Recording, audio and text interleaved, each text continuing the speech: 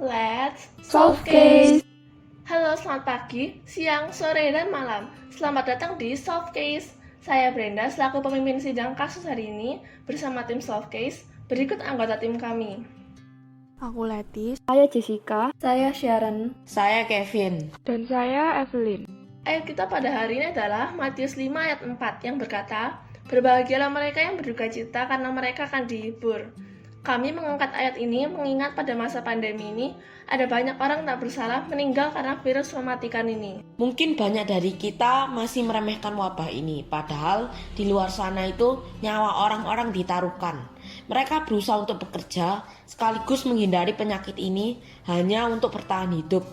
Padahal di rumah ada orang yang menunggu kepulangan mereka. Sayangnya semakin banyak peningkatan kematian penduduk di Indonesia meski mereka sudah berusaha keras menjaga kehigienisan dan kesehatan.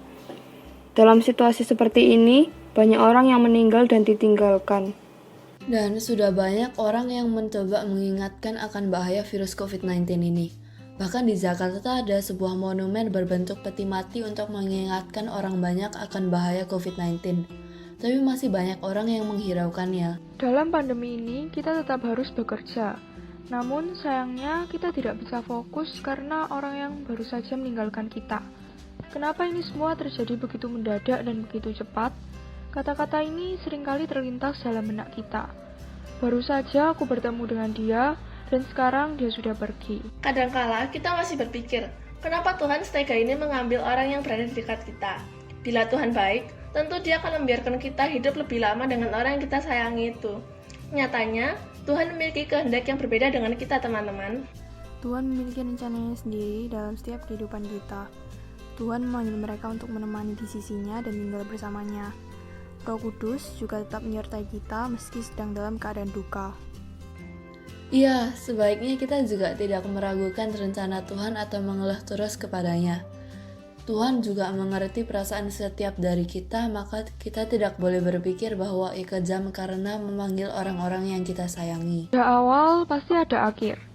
Hari ketika kita lahir, ketika kita diciptakan, pasti ada saatnya kita akan kembali ke sisinya. Hidup manusia di dunia ini tidak ada yang kekal. Kita harus memanfaatkan dan menghargai waktu sebaik-baiknya selama masih bisa bernafas. Kita bisa memiliki harta yang melimpah, tapi harta tersebut tidak kita bawa pulang ke atas. Hanya kebajikan dan amal kita selama di bumi yang bisa menjadi modal kita untuk naik ke surga. Jadi kita harus belajar banyak hal baik dan pengalaman-pengalaman yang membantu kita menjadi pribadi yang lebih baik lagi. Dalam Alkitab tertulis bahwa Tuhan akan menghibur mereka yang berduka cita. Terkadang orang-orang berpikir bahwa sesuatu yang berharga jika direnggut darinya adalah tanda bahwa Tuhan telah meninggalkan kita. Padahal Tuhan selalu setia dan menyertai kita semua dimanapun dan kapanpun. Kita harus ingat bahwa Tuhan setia menemani kita di kala susah maupun senang, suka maupun duka. Kita harus tetap bersyukur atas semua rencananya dan hidup menurut kehendaknya.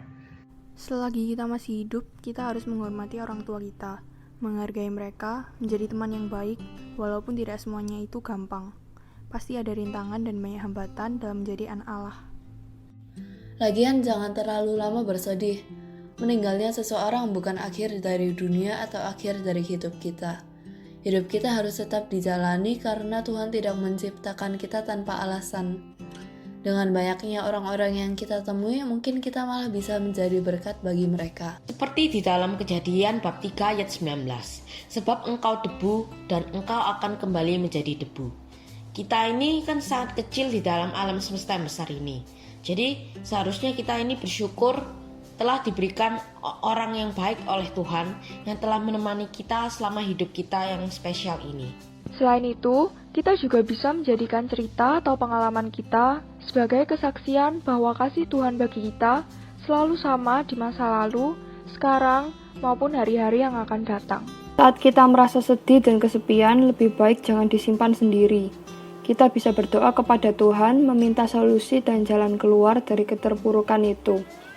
Selain berdoa, kita juga bisa bercerita dan meminta penghiburan ke keluarga atau teman baik kita. Cobalah membangkitkan semangat hidup kita dengan menghibur diri, bermain dengan teman, dan fokus pada kegiatan yang bermanfaat bagi lingkungan dan sesama kita. Aku pernah dengar ada kutipan begini nih. Sekali waktu, tertawalah hingga lupa diri, biar duka malu dan mengubur dirinya sendiri. Menurutku, quotes ini harus kita ingat tiap kali kita berduka. Ya, karena selain Tuhan, orang terpenting yang dapat membantu kita adalah diri kita sendiri. Ada kalanya kita sedih, ada saatnya kita tertawa. Yuk teman-teman, semangat dalam menjalani hari-hari di hidup ini. Ya, sekian Softcase hari ini. Semoga cerita kita dapat membantu masalah kalian semua ya. Tuhan Yesus memberkati. Case is closed. Tok tok tok.